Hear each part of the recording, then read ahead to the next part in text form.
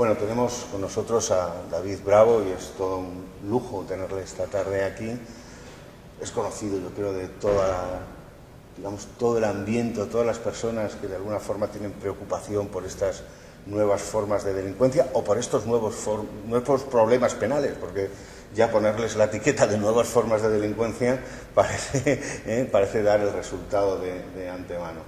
Bueno, pues ha sido y es, yo creo, uno de los abogados más significativos, ¿no?, en todo lo que ha sido la defensa de personas acusadas, sobre todo con delitos que tienen que ver con la propiedad intelectual, ¿no? Yo creo que un poco el ciberespacio ha alterado nuestra percepción de nuestras cosas, de muchas cosas, ha alterado la forma de relacionarnos, pero también la percepción o la concepción que tenemos de instituciones jurídicas tan antiguas como el derecho de propiedad, ¿no?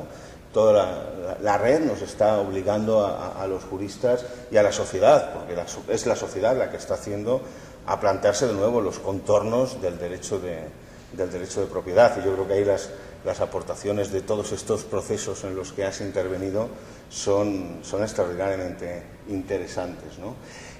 ¿Qué resultados, David, en líneas generales, han tenido todas estas batallas legales que has tenido? Bueno, estas batallas se han dirigido, yo creo que contra todos los actores que intervienen en los intercambios de bienes intelectuales a través de Internet, tanto contra los usuarios particulares como contra las páginas que ayudan a localizar las obras que se intercambian entre los usuarios, que son las llamadas páginas de enlace, y contra incluso las propias personas físicas o jurídicas que realizan la herramienta que sirve para el intercambio de bienes culturales. La industria de los contenidos ha iniciado la batalla contra todos ellos, empezando por los usuarios, que fueron cronológicamente los primeros, sin ningún éxito, al considerar los jueces de lo penal que la actividad era atípica penalmente, porque no existía el elemento del ánimo de lucro, y en la vía civil se han encontrado con el escollo insuperable de no poder traducir a nombre y apellidos los números de IP, que eran el único dato que tenían, con la oposición de Telefónica de facilitar los datos por lo que dicen nuestras leyes actualmente, y ha sido después ratificado en Europa. Después fueron contra las páginas de enlace, sin ningún éxito o por ser más rigurosos, con éxitos muy aislados. Hay 2 audiencias provinciales frente a, yo creo que todas las demás, que sostienen que las páginas de enlace están cometiendo un delito contra la propiedad intelectual, pero la gran mayoría de la doctrina jurisprudencial, y esto lo certifica el propio Consejo General del Poder Judicial, que así lo manifestó, sostienen que las páginas de enlace no cometen ningún delito contra la propiedad intelectual porque no tienen los archivos que se dicen explotados. Y por último ya fueron en vía civil, interpusieron una demanda contra ya el creador de la herramienta, es decir, el tipo, entre comillas, que hace la fotocopiadora, al que piden responsabilidad por los usos que ciertos usuarios hacen de ese invento. Y este tema también fue desfavorable para la industria. Que este fue el famoso caso contra Pablo Soto. Contra Pablo Soto, ¿no? Exacto. La última, digamos, gran batalla. La última gran batalla. Contra todos los actores. Y concretamente, ¿qué dijo Bueno, pues esto fue la audiencia provincial de Madrid. Este asunto fue una demanda que se interpuso en el año 2008, donde las demandantes, que eran Sony, Warner, EMI y Universal, las 4 majors discográficas junto con ProMusicae, interpusieron una demanda donde solicitaban, además de medidas de cesación de la actividad de difusión de estas herramientas, una indemnización de 13.060.000 euros que le pedían a Pablo Soto y sus empresas de desarrollo de software. Lo que ellos sostenían eran 2 acciones simultáneas, que eran una acción de propiedad intelectual por infracción de propiedad intelectual, es decir, consideraban que el creador de la herramienta infringe como infringe el usuario, no ni siquiera que es responsable de la actividad de otro, sino que él mismo es un infractor directo de la obra intercambiada, y una acción por competencia desleal.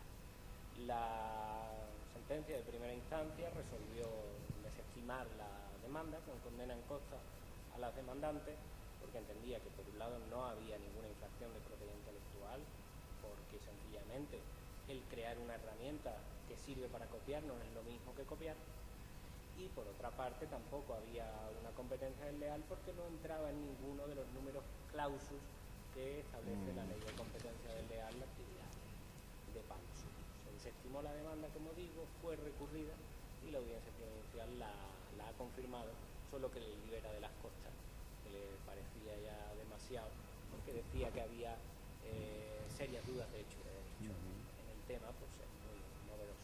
O sea, con esta última batalla, por llamarlo de algún modo, a tu juicio, los delitos contra la propiedad intelectual del Código Penal tienen muy poco que decir en pues esta nueva disputa, que en el fondo es una disputa acerca de cómo entendemos la propiedad intelectual en la red, en Internet.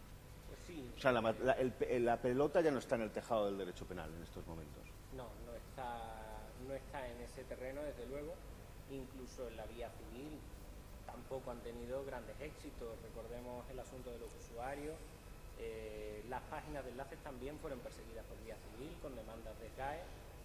Tampoco hubo ningún éxito porque lo que no existe es la propia infracción de propiedad intelectual.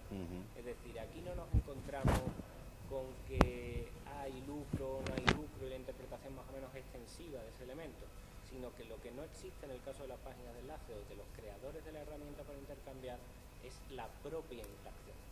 Al no existir la propia infracción, la propia explotación del derecho, ni la vía penal ni la vía civil está abierta para ello. Pero imagino, tal como lo estás describiendo, ha sido verdaderamente una lucha de David contra Goliat, ¿no? Pero no creo que Goliat se quede quieto, es decir, no creo que las grandes empresas de la comunicación, etcétera, acepten este status quo donde no es ilícito de ningún tipo. Está claro que no.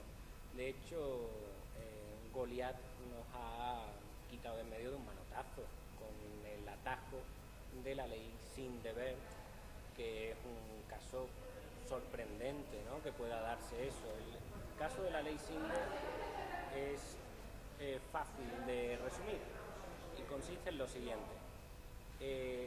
Cuando empezaron a llegar las resoluciones desfavorables para la industria, en los casos de páginas de enlace fundamentalmente, el gobierno anterior, aunque es este el que ha terminado aprobando la ley, creó esta ley popularmente llamada como ley SINDE, que lo que hacía era una cosa muy curiosa, y es que cogía esos asuntos que los jueces estaban resolviendo de aquella manera, desfavorable para la industria, creaba un procedimiento administrativo al efecto con una comisión llamada de expertos que se esperaba que empezaran a resolver de forma distinta a los jueces. Y ojo, todo esto sin cambiar lo que es lícito o ilícito, con las mismas normas del juego, los mismos hechos, diferentes árbitros. ¿Qué es lo que ha ocurrido? Pues una cosa sorprendente, y es que mientras que, al menos en mi experiencia, el 100% de los jueces ha dado la razón a las páginas de enlace, al menos de mi experiencia, ya decimos que hay alguna excepción por ahí, como siempre ocurre en derecho, ante la comisión SINDE, el número de veces que les ha dado la razón ha sido, también desde mi experiencia, un 0%. Ante el mismo caso, incluso en casos ya juzgados ante los jueces. Es decir, yo tengo un cliente que salió con su asunto limpio de la vía penal porque lo archivaron porque entendían que no tenía los caracteres de delito la actividad denunciada, por lo tanto lo archivaron sin más. En la vía civil, SGAE retiró la demanda, nada más que el juez alzó unas medidas cautelares ya dando a entender que decía que no había apariencia de buen derecho porque no había infracción, retiró la demanda, y esta misma persona, con éxito en vía civil y vía penal, lo llevan a la vía administrativa, y la comisión SINDE, formada por personas que no tienen ni por qué tener la licencia, ni estar licenciados en derecho, resuelven lo contrario que los jueces anteriores ante este mismo caso. Entonces, ¿qué ha hecho Goliat? Goliat nos ha barrido de un manotazo. Y no solo eso, sino que ahora se está creando esa famosa ley Lasalle y el Código Penal de Gallardón, que lo que tiene previsto es aún peor que todo lo anterior, porque mientras que la ley SINDE, hasta ahora, la ley SINDE-BERT, hasta ahora lo que permitía era retirar contenidos o cerrar servicios. Ahora con la ley Lasalle, si se aprueba del modo en el que se está redactando, podrán imponer multas. Multas además de hasta 300.000 euros, especialmente cuantiosas. Y el Código Penal de Gallardón tipifica expresamente como delito la actividad de las páginas de enlace, y todo esto obviamente porque los jueces venían entendiendo que no era delictivo. Entonces pasa de una situación en la que una actividad es atípica, no es delictiva, a una situación radicalmente opuesta, donde no solo es delictivo, sino que la pena máxima es de 6 años de prisión. Una pena muy considerable dentro de la jerarquía de valores y de penas del Código Penal. O sea, realmente es una pena que, bueno, pues que un delito de lesiones graves pues no la tiene. O es esa, ¿no? O sea, que... Claro, esa pena máxima es mayor que la pena máxima que le cae a alguien por un homicidio imprudente. Claro, no. Es realmente una medida desproporcionada. De todas formas, yo pienso, claro, que en esta nueva reformulación del derecho de la propiedad intelectual en la red, desde luego el derecho penal no es la herramienta primaria para resolver las disputas o los problemas. Es como sabemos, es la última ratio, ¿no?, que decimos los penalistas. Pero yo también entiendo, y no sé cómo ves tú el problema, que alguna solución hay que darle. Es decir, que los creadores de canciones, de músicas, de libros, sus derechos, de alguna forma deben también estar protegidos, ¿no? Sin duda. Sin duda, lo que ocurre es que la forma no está en intentar parar esta situación que es imposible de frenar técnicamente. En el año 87, cuando aparecieron las cintas de cassette, esa actividad era ilícita. La ley de propiedad intelectual no tenía el derecho de copia privada recogido.